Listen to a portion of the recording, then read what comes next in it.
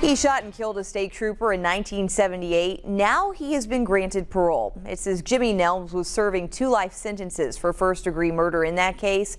Now Cale Chapman is hearing from KHP Superintendent Colonel Eric Smith, who says his heart sank when hearing about this decision. I remember hearing his name from a very early age.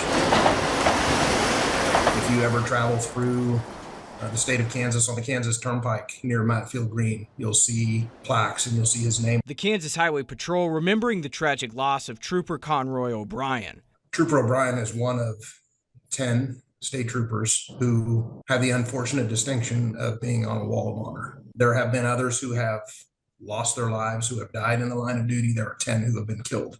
And what they represent really is the heart and soul of our motto. Protection requires courage, and service requires a sacrifice.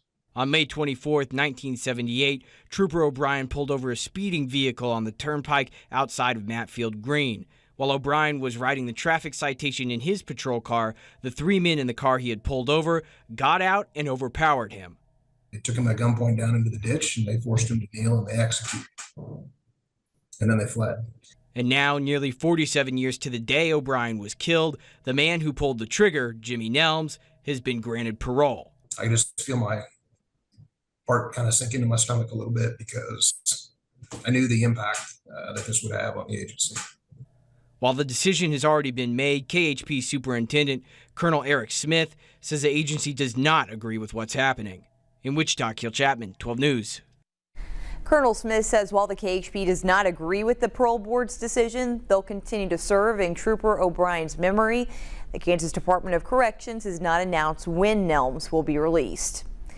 Tonight we're also hearing from Brenda Stevenson and her husband Patrick. Brenda has a unique connection to the day that Trooper Conroy O'Brien was shot and killed. Her father was a state trooper in Harrington back in 1978, and while on patrol he came in contact with Jimmy Nelms, who at the time was on the run. Encountered the vehicle that was described in the homicide and turned around to chase them, and they took off. Jimmy Nelms was the one that stayed to fight. So that tells you his mentality, even, at that point. He wasn't willing to give up. He was after to kill another trooper. From there, a crash in what Brenda calls a gunfight between her father and Nelms.